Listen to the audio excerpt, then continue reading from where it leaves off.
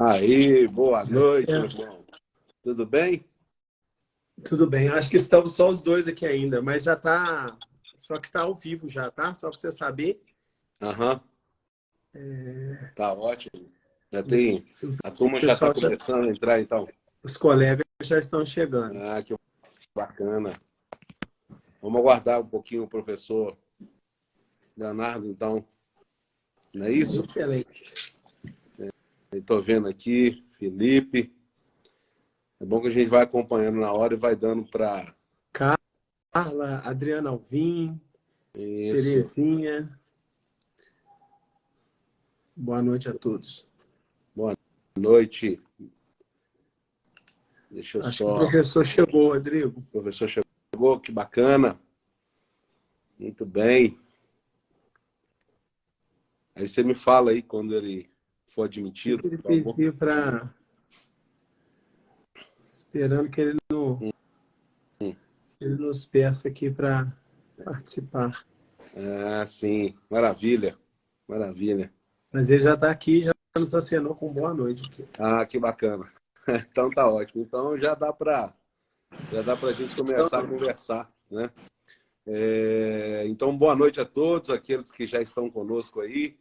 É um privilégio muito grande para nós aqui, né, da ProJF, Associação dos Procuradores do Município de Juiz de Fora, a gente realizar mais essa live, a segunda que a gente faz agora no exercício 2023. É um programa nosso, para quem não sabe, é um programa que a gente está pretendendo cada vez mais estruturado, de fazer uma live no mínimo por mês, né? Com assuntos variados, sempre que possível, contando com a presença e a participação de algum procurador do município de Juiz de Fora, ou mais de um, como no caso aqui estamos hoje, eu e o doutor Edgar, né? Professor Leonardo, como vai? Tudo bem? Boa noite, Boa noite. Boa como noite, vai? E, professor. e Edgar, essa. Rodrigo. Tudo Prazer. jóia. Eu estava explicando que essas lives nossas, elas têm essa pretensão de ser um locus, de um bom bate-papo sobre assuntos os mais variados, de maneira que possamos aí, de algum modo, nos colocar perante a sociedade civil, perante a academia, perante as pessoas em geral, perante as pessoas de Juiz de Fora e região, sobretudo, né? Para que a gente possa se colocar e possa trazer assuntos do dia a dia, assuntos de relevância nacional, enfim, que a gente possa, de algum modo, né, contribuir cada vez mais para a melhor compreensão de temáticas que nos são caras, que nos são relevantes. No mês passado, nós tivemos o privilégio, professor, de contar, por ser o mês em que se comemorou o Dia Internacional da Mulher, a primeira live que houve foi uma live conduzida por 3 procuradoras, nossa colega, a doutora Mônica Paulina, pela Associação dos Procuradores do Município de Juiz de Fora, e contou com 2 ilustres convidadas, doutora Nádia Sarmento e Diana Azim, ambas procuradoras federais, ligadas, carreiras irmãs, co-irmãs aí do professor Leonardo, né, que são procuradores federais, que nos abrilhantaram com a live muito bacana, falando da importância da participação da mulher na carreira jurídica e outros temas correlatos, como o combate intransigente ao abuso e ao assédio moral e sexual no ambiente de trabalho. Enfim, muitas outras, se Deus quiser, virão ainda em 2023. Tenho certeza que a APRO ainda convidará muita gente boa para conversar sobre muitos assuntos, né? E hoje veja como essa vida é. A vida é feita, muitas vezes a gente tem privilégios que a gente não se dá conta dos privilégios que tem, né? Em função de amizades, em função da boa vontade de certas pessoas, sobretudo no meio acadêmico. Poder contar com o professor Leonardo Alvim hoje aqui, numa quarta-feira, na Associação dos Procuradores, é uma honra muito grande, viu, Edgar? Muito grande mesmo, porque o professor Leonardo é uma figura ímpar, ele é amigo de um grande amigo nosso, um amigo da Procuradoria do município de Juiz de Fora, que é o professor Gustavo Levati, que é procurador do município de Belo Horizonte, mas o professor Leonardo Alvim é professor da Faculdade Dom Helder Câmara, professor da pós-graduação da PUC de Minas Gerais, ele é pesquisador do INSPER, ele é assessor do ministro, advogado-geral da União em matéria tributária, ele está na equipe da Secretaria Especial de Reforma Tributária, então é uma pessoa que, enfim, com uma agenda muito cheia. Ele hoje também está junto à ESA, Escola Superior de Advocacia, na gestão atual da Seção Mineira das Ordens de Advogados do Brasil, né? Está com a equipe do professor Walter Lobato também na ESA. Enfim, uma agenda ampla na docência, no meio acadêmico, na atividade de procurador da Fazenda, mas conseguiu esse tempinho para bater um papo conosco, para trazer luz um pouquinho sobre a ideia do que é a famosa transação de créditos públicos, eu gosto de chamar assim, transação tributária, né? Que envolve créditos de natureza tributária ou não, para que a gente possa entender melhor o porquê disso, por que surgiu, sabe, professor Leonardo, essa ideia da transação, por que isso ganha força 50 anos depois da sua previsão original, né? Isso ganha força a partir de 2020, sobretudo, através da lei nacional, na lei federal que regulamentou no âmbito da União, né? Então, a nossa ideia inicial é já começar batendo papo para compreender o Instituto, a sua relevância, a sua experiência, trazer para a gente o que está acontecendo, que nós depois podemos falar um pouco sobre a nossa incipiente experiência, que também temos agora uma lei de transações juiz de fora. Então, seja muito bem-vindo, sinta-se em casa, a palavra é sua, estamos dialogando, fazendo um bate-papo, e vamos conversando no decorrer desses minutos para tentar trazer luz para esse tema. Muito obrigado por sua presença. Poxa, primeiro boa noite para mim é uma alegria imensa, né? Então, obrigado, Rodrigo, obrigado, Edgar, obrigado a todo mundo que está assistindo. Ano passado eu fiz a abertura do Encontro Nacional de Procuradores do Estado, que foi em Porto de Galinhas, só da parte fiscal, vai ser um encontro de procuradorias fiscais, e foi em Porto de Galinhas. E aí eu me dei conta, na época, de como que a gente interage muito pouco com os advogados públicos quando a gente fala de entes diferentes, né? Então, ficam só os procuradores estaduais, municipais com municipais e federais com procuradores federais. E aí, depois disso, eu fiz um evento na PGE do Rio Grande do Sul e comecei a tentar que realmente a gente tinha que ter uma forma de integração maior, porque a gente tem temas afins, temas comuns, compartilhamento de ideias, né, que a gente precisa conversar mais. Então, primeiro, parabéns, Rodrigo, pela iniciativa, né, e para mim é sempre uma satisfação. Eu vou tentar ser bem breve, objetivo, e qualquer coisa que vocês quiserem, por favor, podem me interromper para qualquer tipo de pergunta, de reforma tributária, a qualquer coisa que vocês quiserem, vocês podem fazer pergunta que eu vou fazer um bate-papo bem descontraído. Primeiro, falar o seguinte,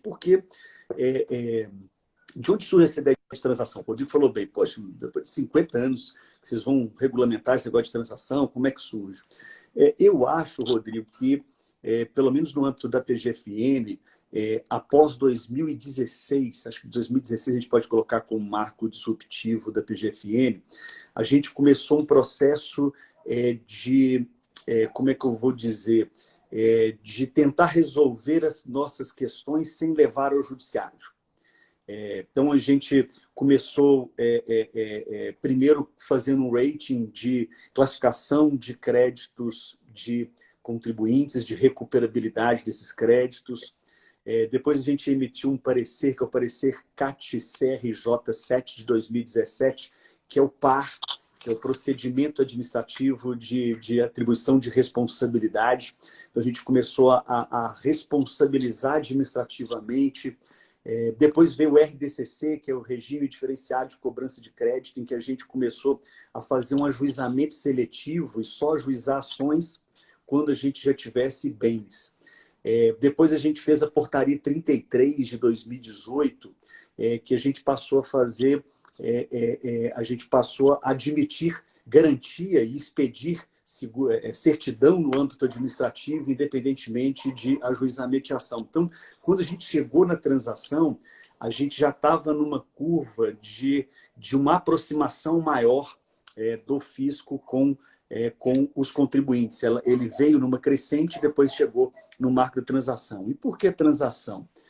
Primeiro, falar de transação, falar um pouco sobre essa dicotomia entre transação e parcelamento.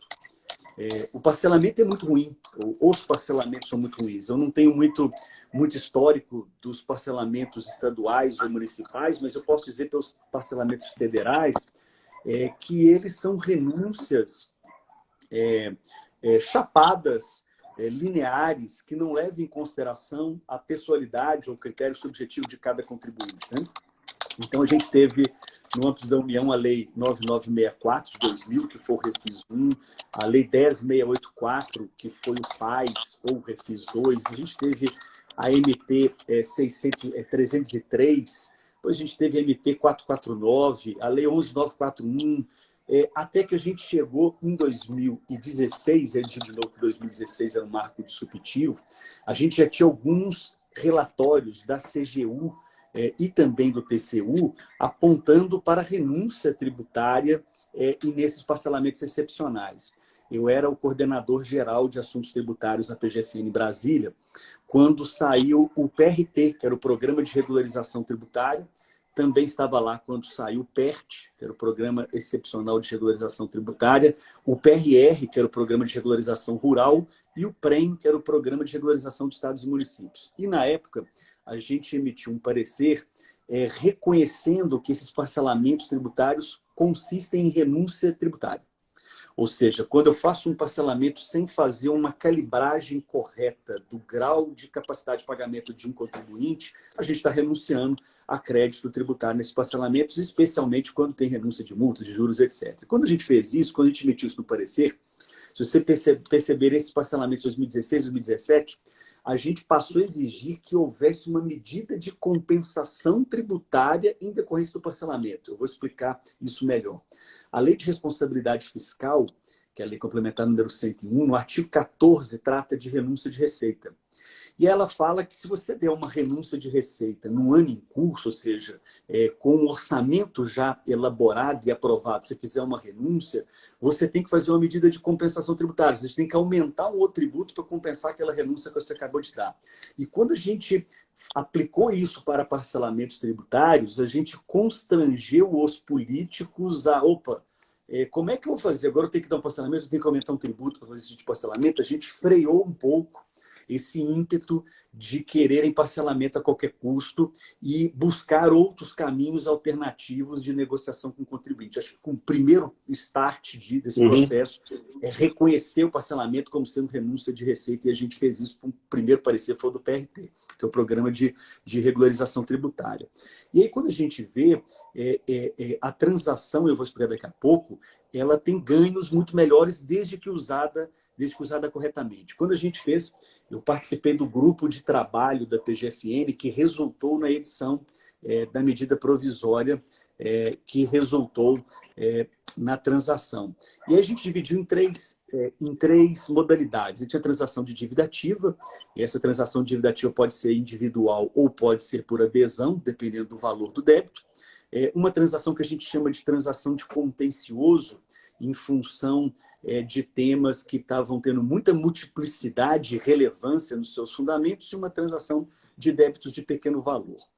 E aí, quando a gente fez isso, o primeiro ponto é entender que são as duas modalidades de dívida ativa e de contencioso são muito distintos os premissas que a gente usa.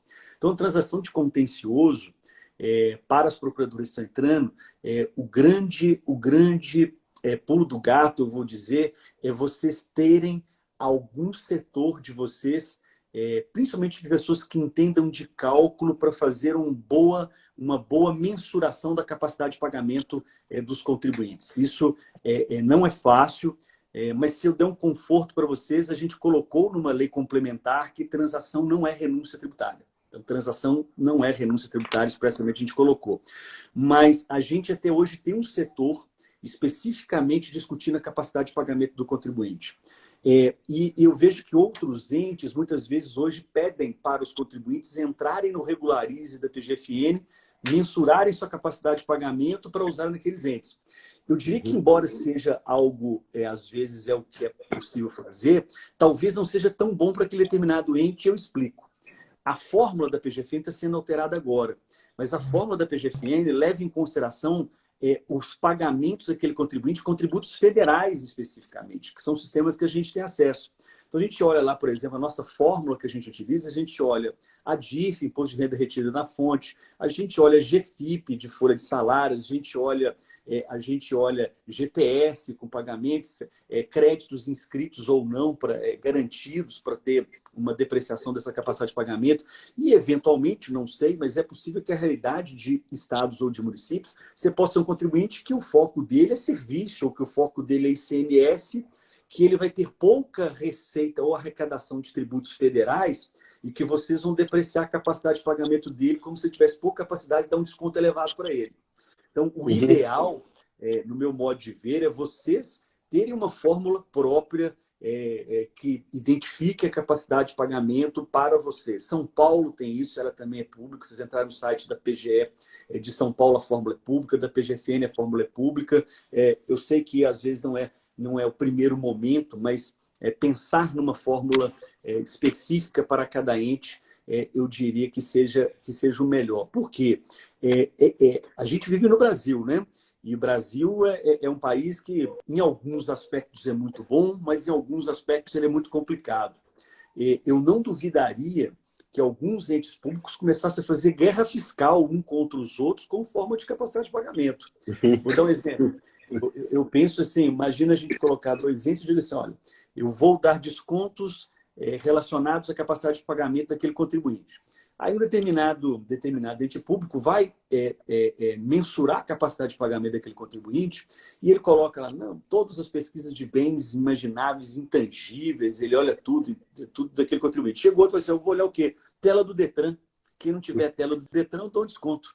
Então, veja que eu vou estar dando desconto completamente desproporcional à capacidade de pagamento, porque eu coloquei um filtro muito frágil para mensurar essa capacidade de pagamento e permite que aquele contribuinte, por exemplo, ICMS, isso é um grande problema, não tanto para vocês de municípios, nem tanto quanto estados, mas imagine estados, por exemplo, que comecem a fazer isso com ICMS e aí eu tenho descontos elevadíssimos num estado e pequenos em outros por conta de má aferição de capacidade de pagamento de determinado contribuinte. Então, a fórmula, eu diria que é um ponto interessante para vocês observarem. Sobre a transação de contencioso, eu acho, aí eu estou dando uma opinião muito particular, não é uma opinião institucional, eu acho que não pegou. Quando eu participei de trabalhos, eu achava que ela não fosse vingar, e eu vou explicar por quê. É muito difícil a gente fazer um diagnóstico minimamente razoável do nosso judiciário para a gente estimar possibilidade de êxito ou derrota em ação judicial. Porque se a gente não fizer o que é o parcelamento, que é chapada, eu estou dando para todas as teses um percentual de desconto. Aí é parcelamento, aí não é mais transação. Se é uma transação, eu tenho que fazer o seguinte, olha, aquela tese que eu acho que é muito boa, que eu vou ganhar, eu não dou desconto nenhum. Aquela tese que eu acho que é mais frágil, eu te ofereço um desconto maior. Então, a gente teria que ter uma fórmula de mensurar o risco da ação judicial e vincular o percentual de desconto relacionado àquele contencioso. E isso é muito difícil. Quando eu comecei a estudar isso, eu falei, vamos usar o CPC 25, aquele pronunciamento contábil que você coloca a previsão de não receber uma determinada ação judicial. E quando eu conversar com as pessoas de grandes empresas, vou citar aqui o nome das empresas, mas eu vi que era um chute completo também elas. Há trabalhos de alunos, né? Tem uma dissertação de mestrado da GV de São Paulo, por exemplo, em que a aluna pegou as previsões de perda nos balanços das maiores empresas do Brasil, depois foi ver o que tinha se confirmado ou sim firmado no judiciário. Ela tinha errado tudo, as grandes empresas erram tudo. Então é muito difícil essa transação de contencioso. E quando a gente não consegue ter um critério muito objetivo, o risco é de você ser capturado por lobby político. Ou seja, se eu não sei como que eu vou fazer um critério objetivo, os setores mais fortes conseguem os descontos, os setores não tão fortes não conseguem. E aí fica tão disfuncional a transação quanto seria um determinado parcelamento. Então, eu acho que ela não funcionou tão bem, por isso a gente tem pouca experiência, a gente lançou só 2 editais, né? Teve um primeiro edital sobre o programa de distribuição de lucros e resultados, um segundo sobre amortização de ágio. Acho que não foi tão boa quanto essa transação de dívida ativa, que essa sim a gente já está com 1 trilhão e 800 bilhões de créditos transacionados e realmente é um sucesso muito grande. Professor Leonardo, eu Oi. posso te pedir uma gentileza? Claro. Quer dizer, exatamente uma dúvida nesse contexto, até para a gente deixar as coisas mais niveladas. Quando você... Porque um dos pressupostos que a gente sempre vê, né, para justificar a existência da transação enquanto instituto diferenciado é exatamente o seu maior objetivo, que é determinação de litígio, né? Então, a gente vê de longa data que ela, em tese, pressuporia a existência prévia de um litígio no contencioso administrativo tributário ou um litígio no contencioso estrito sensu judicial, que implicaria, eventualmente, ações judiciais propostas, né? Normalmente por nós, né? Na execução dos créditos ou, eventualmente, ações de natureza inversa, anulatória, coisa que o valha, né? E eu vejo que pelo que você está falando, as experiências mais exitosas que nós tivemos até agora na PGFN foram de alguns nichos que foram escolhidos, vinculados especialmente a questões que provavelmente estavam sendo analisadas no contencioso administrativo tributário, teses jurídicas, algumas coisas assim. Seria mais ou menos isso ou não? No caso da transação de contencioso, sim, foram 2 teses. E os fundamentos, os pareceres emitidos, tanto pela PGFN quanto a Receita Federal, os 2 órgãos opuseram sigilo. Então, como pesquisador do INSPER, a gente, inclusive, chegou a fazer pedido de lei de acesso à informação via lei para os 2 órgãos e ambos rejeitaram por ter sigilo profissional. Eu te digo que eu conheço todas as pessoas que lidam na PGFN, pelo menos, com isso, eu boto a mão no fogo por todos eles. Mas eu acho que o instrumento sigilo, ele é um instrumento muito perigoso, para os 2 lados, tanto para nós que somos servidores públicos que estamos lidando, quanto para a sociedade enquanto tomada de contas. Então, se é para fazer alguma coisa que é para botar sigilo, no meu modo de ver, melhor não ser feita do que botar esse tipo de negociação. A gente precisa da transparência, né? A PGFN, hoje, se vocês entrarem no site dela, todos os negócios jurídicos processuais, que foi o embrião da transação com o Código de Processo Civil de 2015, e os termos individuais de transação, todos eles são públicos. Todos eles são públicos. A gente bota uma tarja preta para a identificação e a gente publiciza todos esses acordos que a gente faz com o contribuinte. Não só os acordos, como aqueles por adesão também. Então, a PGFN coloca no arquivo em Excel, fácil de extrair, e se for pedido para ela, também faz customizado da forma com que a pessoa fizer o tipo de pedido, né? Então, acho que a transparência é o fundamental, tanto para um lado quanto para o outro lado, né? Por exemplo, tem algumas experiências ruins. São Paulo, por exemplo, ela permite desconto de 10% em rating A. Para mim, isso vira parcelamento. Não foi feito pela PGE, olha só como é que é o perigo. Não foi feito pela PGE, foi feito numa emenda na Assembleia. Mas aí, o risco, e eu às vezes falo, a gente conversa sobre isso, o grande problema de uma medida que está dando muito certo é que basta um trapalhão para acabar com a brincadeira de todo mundo. Então, às vezes, está todo mundo lá fazendo direitinho, chega um que não faz a brincadeira direito, vem um promotor de justiça ou um procurador da República, resolve fazer uma denúncia pessoal e aí os servidores públicos se retraem e não querem mais fazer transação porque ficam inseguros, né? Então, é importante a transparência para o servidor público ter controle. Eu mandei para o Rodrigo, a gente lá no INSPER, a gente já soltou 4 relatórios, e com muita ajuda da PGFN. Eu lembro que o primeiro relatório que a gente soltou, a gente publicou no jornal Estado de São Paulo, e o João Gronet, que é o coordenador de recuperação de créditos, na hora ele ligou: olha, se vocês quiserem fazer qualquer tipo de pesquisa, nos peçam diretamente, vocês do INSPER e qualquer outro instituto de pesquisa, a gente está à disposição, porque a dívida ativa é pública, e a gente consegue ajudar todos vocês. Então, a gente emite relatórios, inclusive para fins de comparação, se uma procuradoria está sendo mais rigorosa do que outra. Então, por exemplo, a gente faz monitoramento, é muito legal vocês terem acesso a esses dados. Por exemplo, a gente coloca assim, em quantos termos individuais se exigiu garantia? Em quantos não se exigiu garantia?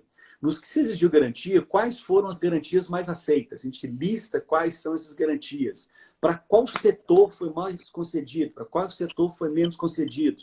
Qual regional ofereceu mais transação e qual deu menos transação?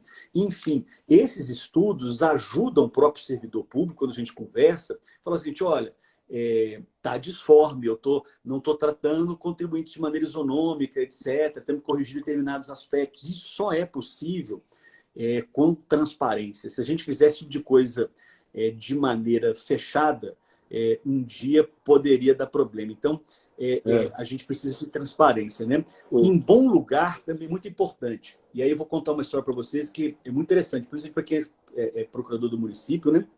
Uma coisa interessante.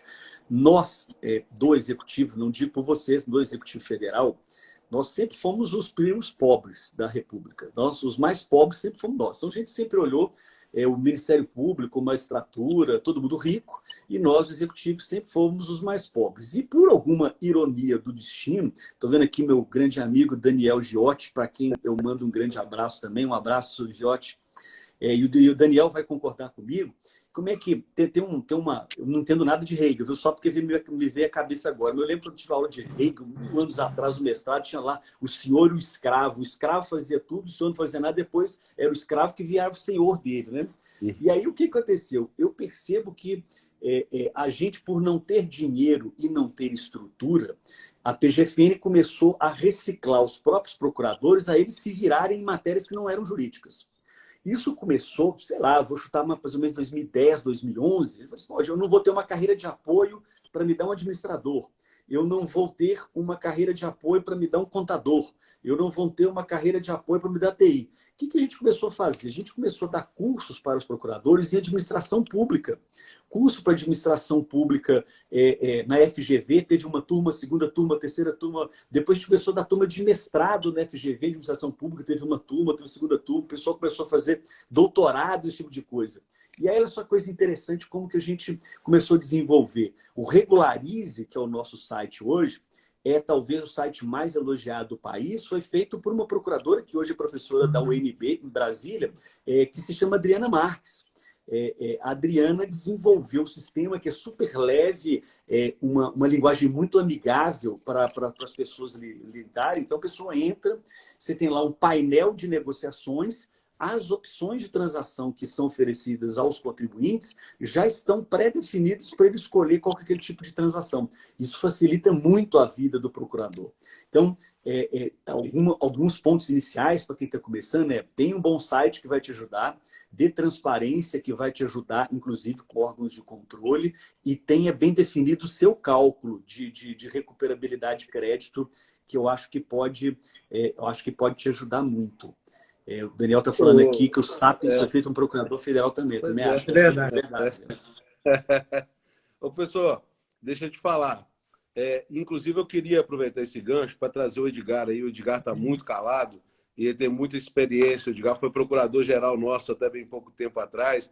E quanto mais eu ouço você falar sobre essa questão no âmbito nacional, mais eu penso na situação de Juiz de Fora e do grande desafio que nós temos no sentido da estruturação, né, Edgar? Ou seja, a estruturação da PGM como órgão de liderança desse processo, como locus de liderança desse processo de condução das transações aqui em Juiz de Fora, é a nossa necessidade premente de aproveitarmos a oportunidade, de entendermos a fundo o que é a transação, de não cairmos na tentação da confusão com anistia, com remissão, com os institutos tradicionais de extinção ou exclusão do crédito tributário. E, portanto, Edgar, eu te chamo para a conversa, para você passar a sua impressão para o professor Leonardo, para todo mundo, sobre o que você espera para nós aí nesse nosso início aí de caminhar na nossa lei de transação.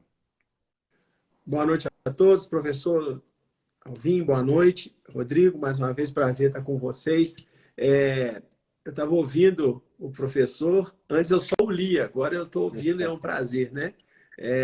Então, a gente tem acompanhado essa implantação da transação tributária aqui em Juiz de Fora, e constatado talvez uma obviedade que eu vou dizer, mas assim, o caminho entre a ideia e a concretização dessa ideia na vida do contribuinte, ela passa necessariamente pela um processo de implantação adequado. E o professor falou, porque senão vai ser aquela história, é uma lei e ela não pegou, porque ela não alcançou o seu alvo, que é o cidadão ser compelido ou trazido ou consensualmente procurar, que talvez seja a melhor expressão, para resolver um litígio tributário, seja ele inscrito ou não inscrito na dívida ativa, como a nossa lei permite. Então, assim, a linha entre a lei aprovada e ela chegar no contribuinte é onde nós estamos hoje, que é um processo de implantação, que necessariamente é um processo de aprendizado para todos nós, né? Para o contribuinte, para os advogados privados, para os contadores, administradores, mas também para os procuradores municipais. E aí eu estava assistindo, dentre muitos ensinos, o professor Heleno, ele contou que já está feita numa regulamentação, o professor Heleno Torres, professor da USP, numa regulamentação de uma legislação, eles estavam com muitas dúvidas. E aí, para resolver o problema, eles tiveram a ideia de abrir uma caixinha de perguntas para o cidadão. E a cada pergunta que os cidadãos traziam de dúvidas sobre aquela legislação, eles aperfeiçoavam a implantação da norma.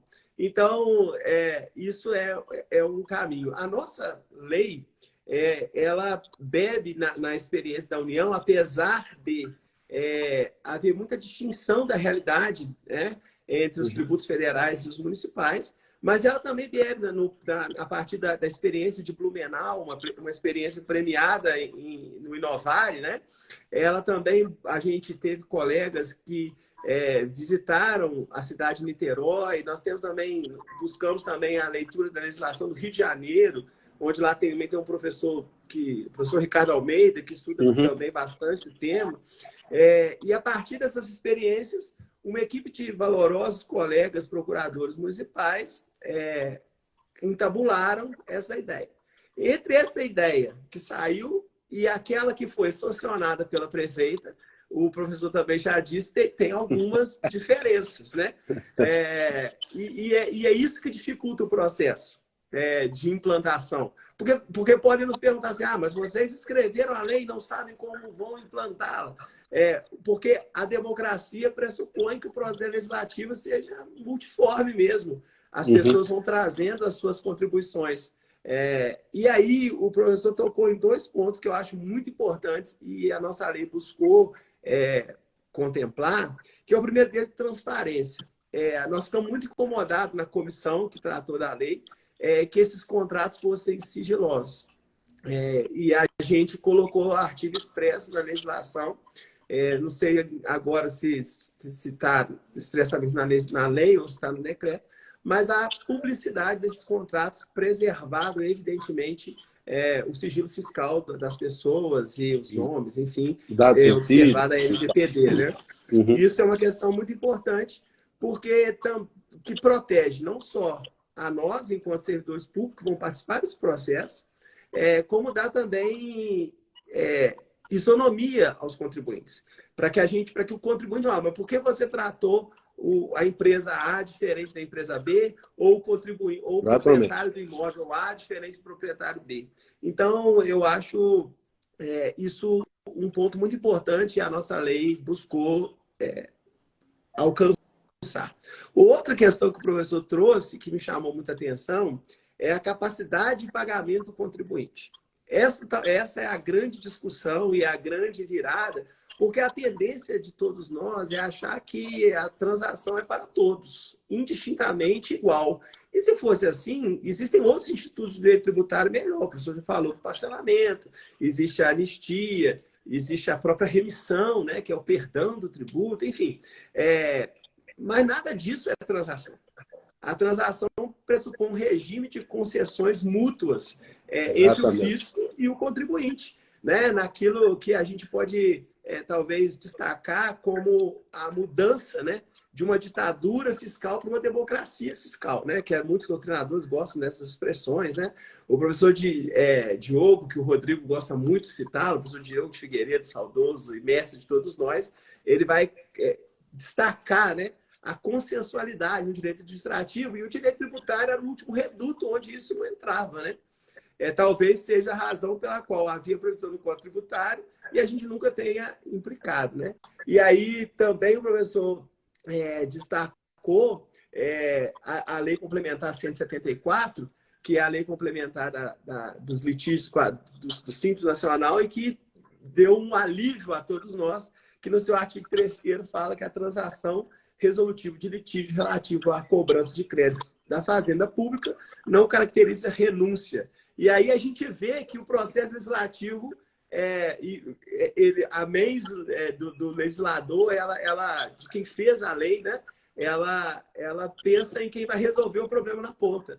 E aí fala, nós colocamos isso na lei. Isso é muito importante, porque isso poderia inviabilizar o assento. E aí, gostaria até que o professor desenvolvesse mais isso, a questão da capacidade de pagamento do contribuinte, porque, de maneira geral, os tributos municipais têm uma realidade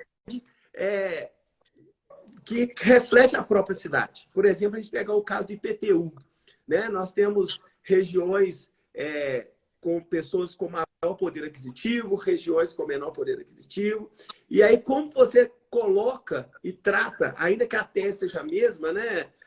Como você trata essas pessoas com a isonomia constitucional, né? Na medida da desigualdade de cada um deles. E aí, professor, só depois a gente pode evoluir, não quero entrar numa discussão própria da lei municipal da LT, eu imagino que você não tenha, não sei se já conhece, mas ela parte desse ponto que inspira muito em Blumenau, que é a questão daqueles pontos que levam em conta a capacidade do contribuinte, a sua renda, a sua condição de suficiência, o histórico fiscal, o tempo de duração das ações ou da tentativa de cobrança, o risco que o município tem de perder a demanda. E a questão das teses são questões que hoje a questão das repercussões gerais, dos recursos respectivos, das súmulas vinculantes, elas facilitam muito a ponderação e a definição do que é uma tese relevante para a gente insistir com ela ou não. Então, a partir dessa experiência de Blumenau, o Juiz de Fora também, na sua fórmula, ela pressupôs, né, a quantidade de certidões de dívida ativa que aquela pessoa tem, o histórico favorável daquele contribuinte para distinguir o litigante contumaz do contribuinte, do devedor eventual, a baixa capacidade de pagamento do devedor, o histórico de ajuizamentos que ele tem e a probabilidade de êxito da cobrança. Então, a participação do procurador, a participação do humano nesse processo, ela é muito determinante. A transação não é um processo burocrático. Ela é própria de um rito de consensualidade. Ela pressupõe o diálogo entre a administração pública, através do fisco, e o contribuinte. E aí, para a gente trazer a realidade do município, se a realidade da União é a que o professor destacou, a realidade do município talvez seja, com tecnologia da informação, é muito complexa, com estrutura de apoio é muito difícil, e a gente, enquanto procuradores, temos que aplicar a lei e fazer ela chegar no contribuinte. Então, muito complicado. Com essas breves, nem sei se tão breves ponderações, para compensar a chamada que o pela Rodrigo qualidade estava silente, eu gostaria de pontuar essas duas coisas. Pela qualidade das suas colocações, está justificado o atrevimento, até porque nós conhecemos, Edgar, e sabemos da sua capacidade intelectual e de trabalho, então você só engrandece a gente. E eu pego o gancho para pedir ao professor Leonardo, não só para falar o que bem entender, como se ele tiver algum dado mais atualizado de curiosidade, como anda no universo da Federação Brasileira, ou se todos os estados estão fazendo transação, tem leis boas, se não tem, se isso também está no radar do INSPER lá, podia dar uma notícia para a gente, por favor. Joia, muito bom. Eu gostei muito do tudo que você disse, Edgar. Antes, deixa eu falar uma coisa. Eu tenho minha lista Maguila da turma de Juiz de Fora, né? Então, eu falei do Daniel Giotti, mas eu tenho que dizer que talvez vocês não saibam, mas um dos coordenadores das pesquisas do INSPER, ele mora em São Paulo, é advogado em São Paulo, é professor do INSPER, é de Juiz de Fora. O Frederico Bastos, que é um dos coordenadores, ele é de Juiz de Fora. E quando o Rodrigo me disse que tinha transação de fora, eu mandei no grupo do INSPER de transação, e o Frederico, nossa, mas essa nem eu sabia. Eu mandei para ele, falando lá que já tinha transação. Então, eu tive que mandar um abraço para o Fred, o Wagner, que é de Juiz de Fora, um grande amigo que já foi seccional aí, um dos melhores procuradores também que eu conheço. O Luiz Gustavo Levati, o Rodrigo falou, e o Juiz de Fora é cheio de gente que a gente não esquece. Eu tive aula com o Thomas Bustamante, da UFMG, que também é de Juiz de Fora também, então muita gente boa. Edgar, olha só que coisa interessante. Na ESA, a Escola Superior de Advocacia, que hoje o presidente é o Walter Lobato, ele me pediu para fazer a coordenação de cursos para advogados públicos, para advocacia pública. E aí eu conversei com o Rodrigo, a gente fez uma reunião, uma demanda da própria PGFN, foi o próprio João Gourmet, fez uma reunião com ele. Ele demandou e a ESA autorizou, a gente vai fazer um grande evento sobre transação em Minas Gerais. Eu estava pensando em Belo Horizonte, se for ver, a gente faz até em Juiz de Fora. Vamos conversar lá com o Walter lá. Um evento nacional, esse evento não é um evento mineiro, é um evento do Brasil todo, com os maiores nomes, restrito para advogados públicos. Ou seja, federal, estadual, municipal, mas só para advogados públicos, são questões específicas de advogados públicos. Então, é uma grande oportunidade da gente fazer esse tipo de troca. Sobre Blumenau, a gente chegou a entrevistar a Cleide. Obviamente, a gente conversou com a Cleide, conversamos com o Ricardo Almeida, conversamos todos para a gente conhecer toda a experiência. E ouvindo até quem gosta muito de transação, por exemplo, aquele grupo de transação da GV de São Paulo, da Tatiane Piscitelli, aquela turma toda de lá, Andréia Macito, a Priscila Faricelli, o André Fonseca, a gente conheceu de lá, todos são unânimes em dizer que o modelo de Blumenau ele é mais transação do que o modelo da PGFN, porque eles conseguem dar um grau de detalhamento, né, muito maior do que a gente consegue. Né? Eles, inclusive, inovaram mais uma vez na questão do sejusc tributário, né? Perdão, cortou, Edgar, para mim deu uma falhada. Eles inovaram mais uma vez na questão do sejusc, na conciliação tributária, do sejusc tributário, junto com a parceria com o Poder Judiciário. Então, assim, eu acho que quanto maior a proximidade do procurador público ao cidadão, um menor número de contribuintes por procurador, melhor o acabamento que as pessoas podem dar. Então, se vocês puderem dar mais que a PGFN, melhor. A PGFN, como lida com milhões e milhões e milhões, infelizmente, a gente vai se virando com dados macros que a gente tem. O que a gente procura fazer quando a gente trabalha massivo, em processos massivos? Então, por exemplo, a transação individual, ela é injusta. Ela estava lá em 15 milhões, e se a gente pensar na essência, fala assim, poxa, por que um cara que deve muito eu deixo para sentar na minha mesa e o termo é totalmente individualizado para eu verificar a garantia que ele tem, eu dou prestação balão, a gente permite que só depois do período, crédito que não está inscrito, quando entrar eu já combino que vai inscrever e vai estar lá dentro, e para um contribuinte que tem um débito menor, eu não deixo ele sentar na mesa. Sempre foi um problema. Então, o que a gente começou a fazer? A gente agora tem uma transação que se chama transação assíncrona. O que significa essa transação? O sujeito entra no site, ele faz a proposta e eu em 10 dias te respondo. E a gente vai negociando. Eu não tenho equipe para a gente transacionar no ao vivo o tempo inteiro, mas a gente inventou uma transação que é uma forma de ter uma forma de negociação. Uma outra forma é que quando o contribuinte ele faz o pedido de transação e a gente vai classificar o rating dele de determinada forma, ele pode fazer um pedido de revisão da capacidade de pagamento dele. Então, ele pode falar, olha, isso aqui está errado, mostra outros dados, e a gente faz uma revisão da CAPAG. A gente faz um pedido de revisão para tentar chegar. Agora, se o município tem condições de saber do histórico do contribuinte, se ele é um bom devedor, se ele é um mau devedor, o tempo de dívida que ele tem, etc., quanto mais isso chegar, esse refinamento, eu acho que é melhor sim. O Daniel, o Giotti, ele mencionou aqui a possibilidade de ter algum tipo de acordo entre PGFN e entes para fazer essa mensuração de CAPAG. Eu não posso dizer pelo João Gronet, Giotti, mas eu arriscaria que o PGFN não teria nenhum impedimento de se fazer esse tipo de coisa.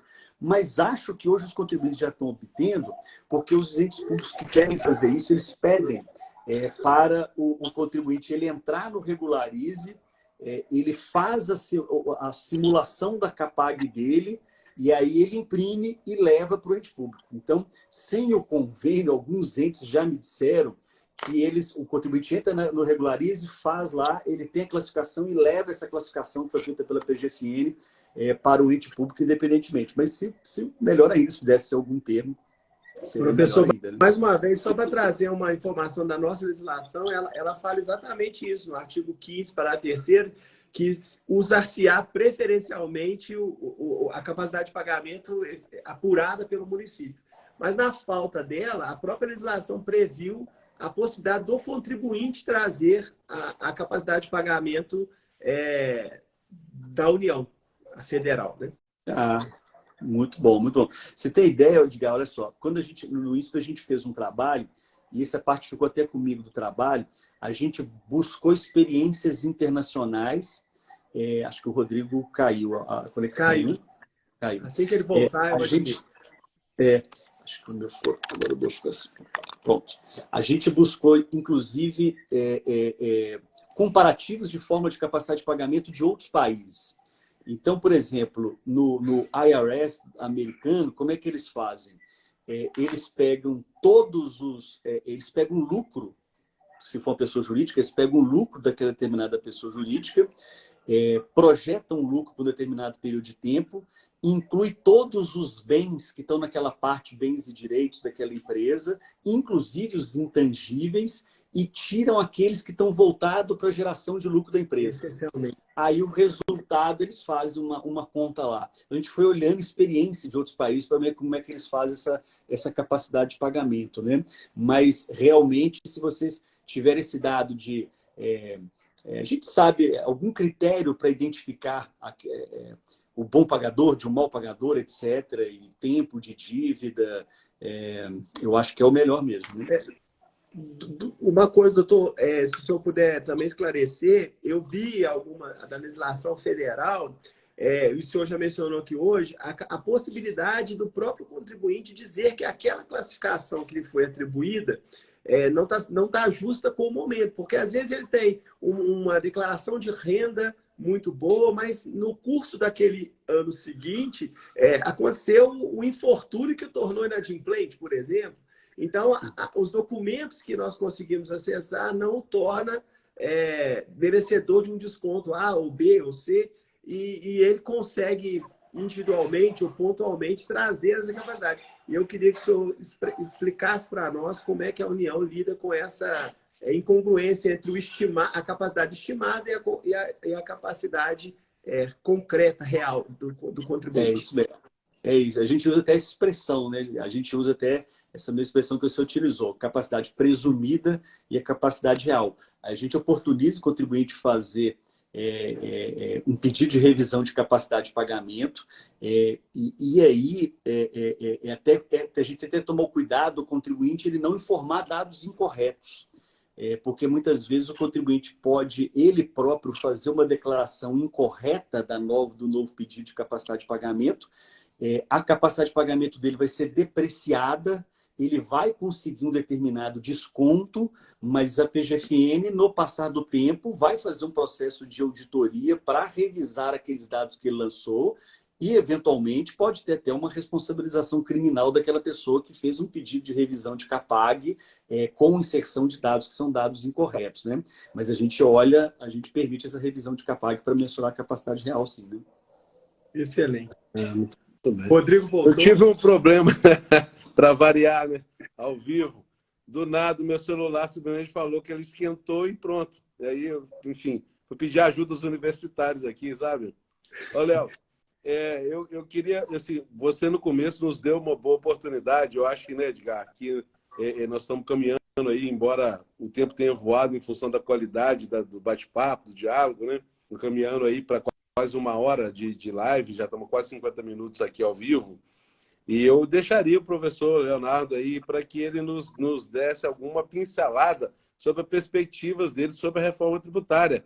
Eu ando conversando muito com o Daniel Giotti, a gente está ensaiando alguma coisa aí para ver se a gente dá uma movimentada, uma chacoalhada em Juiz de Fora sobre o tema, mas quem sabe o professor Leonardo nos dá alguma esperança de que, de fato e de direito, é possível confiar que alguma coisa vai ser feita no Congresso Nacional. Eu escuto sobre reforma tributária desde sempre, né? Então, acho que todos nós. Então, se você quiser falar um pouquinho sobre a perspectiva, como é que está lá na secretaria, com o secretário especial, enfim, fique à vontade, seria muito bom para nós. Poxa, bacana. Sobre reforma, eu estive, pelo menos no âmbito da União, eu estive nos últimos governos conhecendo por dentro as equipes econômicas. Não é uma crítica, mas eu vou dizer que uma grande sacada que esse Ministério da Fazenda teve foi criar um órgão específico para tomar conta da pauta reforma tributária. Eu acho, particularmente, que só a Receita Federal, embora seja um órgão muito estruturado, muito competente, não teria número e quadro suficiente para tocar uma reforma desse tamanho.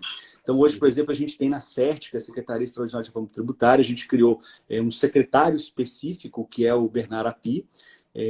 A gente tem pessoas de muitas disciplinas diferentes. Então, por exemplo, tem o Rodrigo Orair, que é um economista do IPEA, excelente. A gente tem na equipe o Sérgio Gobetti, que é do Rio Grande do Sul, que é um economista excelente. Mas a gente trouxe, por exemplo, o Daniel Lória, que é um advogado que era do escritório, que é Stock Forbes, ele era da Abrasca, que é a Associação Brasileira de Capital Aberto, sabe tudo de mercado financeiro, é o diretor responsável pela reforma da renda. Ele largou essas atribuições todas para estar temporariamente na equipe da reforma tributária. A gente tem a Camila, que é assessora de comunicação. Então, as negociações que são feitas semanalmente com o Concefaz ou com Frente Nacional de Municípios, etc., são semanais. A pauta é do Congresso Nacional, mas eu acredito que o negócio esteja bem encaminhado. Eu acredito que a gente vai ter uma aprovação primeiro do consumo, se tomara, né? E no segundo semestre a gente deva ter alguma coisa de reforma da renda. Acho que é muito disruptivo a gente falar de reforma tributária. Eu, pelo menos em 2018, eu fiquei muito impressionado. Eu fiz um evento, fui convidado para dar uma palestra na FGV de São Paulo em 2018. E aí convidaram uma professora que se chama Rita Della Féria, o Giotti. O Giotti com certeza conhece porque ela é portuguesa e ela é professora da Universidade de Leeds. E a Rita, ela em 2018, ou seja, a gente já tem aí 5 anos isso aí, ela disse um negócio que era o seguinte: olha, em tributos do consumo a gente não pode ter seletividade e essencialidade. E aí ela falou isso no evento na GV São Paulo. Eu lembro que estava o Paulo Aires, estava a turma toda, e isso era muito impactante. E 5 anos depois, eu acho que o país talvez esteja mais amadurecido para entender que essa história de que a gente colocar bases diferentes e alíquotas diferentes e competições de bases não induz comportamento de ninguém. Ninguém passa a ler livro porque tem um benefício fiscal de livro. Não reduz preço. Preço é mercado, não reduz preço. E acaba sendo usado esse benefício para os mais ricos ao invés dos mais pobres. Então, a gente copia esses benchmarkings positivos dos outros países para dizer: eu vou tributar todos e eu vou dar cashback para aquele que precisa. Dar o benefício em espécie para quem precisa, eu acho que é mais eficiente. Eu acho que esse é a grande mudança que a gente tem nessa tributação do consumo. Parar de dar benefício fiscal para a gente rica, instrumentos seletivos que não funcionam, e ter uma ideia de que base ampla, alíquota tudo, com todo mundo pagando, todo mundo paga menos, e devolver efetivamente o tributo para aquele que efetivamente precisa. Acho que esse é o grande legado. Espero que essa reforma ela funcione e passe. E ela é muito mais justa, né? É uma reforma que eu acho que traz bastante justiça fiscal. Excelente explanação. O Rodrigo está pedindo para voltar, já estou admitindo ele aqui. Tá virando Em relação bagunça, né? Tá virando bagunça. Ainda sobre essa pauta, existem movimentos, inclusive da Frente Nacional de Prefeitos, a nossa prefeita tem assento e é uma voz, em relação à discussão do imposto sobre serviços, o que afeta diretamente as receitas dos municípios. E talvez valha também o senhor falar alguma coisinha para nós sobre essa discussão. A PEC, as PECs que estão, essa pauta é do Congresso, né? As PECs estão lá. Hoje, as mais atuais, a gente tem o relatório final, né, da comissão mista do Aguinaldo, e a gente tem uma emenda que ainda foi do Roberto Rocha. Esses dois são os textos principais que estão sendo trabalhados, né? Mas as PECs, de uma maneira geral, as redações delas, elas preservam as arrecadações dos entes públicos por 20 anos. Então, existem dispositivos dessas PECs que dizem que há medidas de compensação, ou seja, um percentual de 3% daquilo que está sendo arrecadado com isso aqui, ele é feito exatamente para esses municípios não terem perda. Então, você vai fixar o que é arrecadação e vai garantir uma correção monetária nessa arrecadação pelo menos por 20 anos. Então, ela foi calibrada tanto para não ter aumento de carga. Então, quando se diz assim, vai ter aumento, não é verdade, é mentira. Existem dispositivos que dizem que não pode ter aumento de carga, que devolve qualquer tipo de tributo. Então, não tem aumento de carga, é para ficar do jeito que está. Ela é para redistribuir quem paga ou quem fica com o dinheiro, mas não há perda para nenhum tipo de ente público, não. Isso não procede, os entes públicos não vão perder. Muito bom, bacana. Edgar, eu acho que nós temos que caminhar para o final, Edgar. Já são 7h55. Nós temos que liberar o professor, né? A vida corrida, deve estar dando aula desde cedo. Trabalhando. Imagina, sempre um prazerão.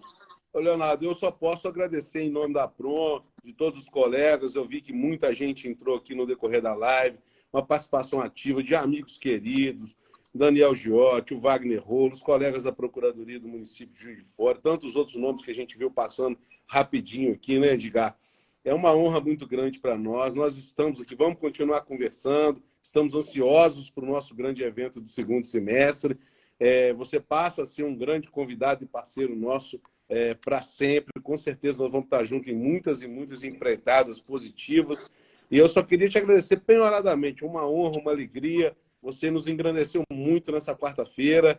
Enfim, nosso muito obrigado e que Deus o proteja sempre, o conduza no melhor caminho, que nós vamos seguir juntos, sempre juntos, na busca das melhores soluções institucionais para a advocacia pública, né? Não é isso, Edgar? É isso. Também agradeço a participação, agradeço a possibilidade de conversar com o expoente, né, da matéria que nós estamos discutindo e implantando. Isso são oportunidades que a advocacia pública nos proporciona, né? E eu espero que a gente possa estreitar os laços e que muito em breve o INSPE também tenha dados de Juiz de Fora para colocar nas suas pesquisas. Isso aí. Pois, prazer. Beleza, com certeza, o próximo relatório, a gente sempre faz um evento de divulgação. Vou mandar o convite para vocês. Juiz de Fora vai passar a estar nos próximos relatórios. Para mim, um prazer imenso por vários motivos. Pelo número de amigos que estavam hoje aqui assistindo, a turma toda de Juiz de Fora, por ser pela advocacia pública, por ter a pauta transação, por estar falando por dois colegas tão prestigiados, São Edgar e Rodrigo. Foi muito bacana. Estou sempre à disposição, portas abertas, vamos conversar e a gente vai evoluir muito conjuntamente nessa pauta aí. Muito bem. Muito obrigado, então. Edgar, forte abraço. Boa noite para todo mundo. Um beijo de todos aí no coração de todo mundo. Até a próxima, se Deus quiser. Boa noite, até a próxima, pessoal. Um abraço, tchau.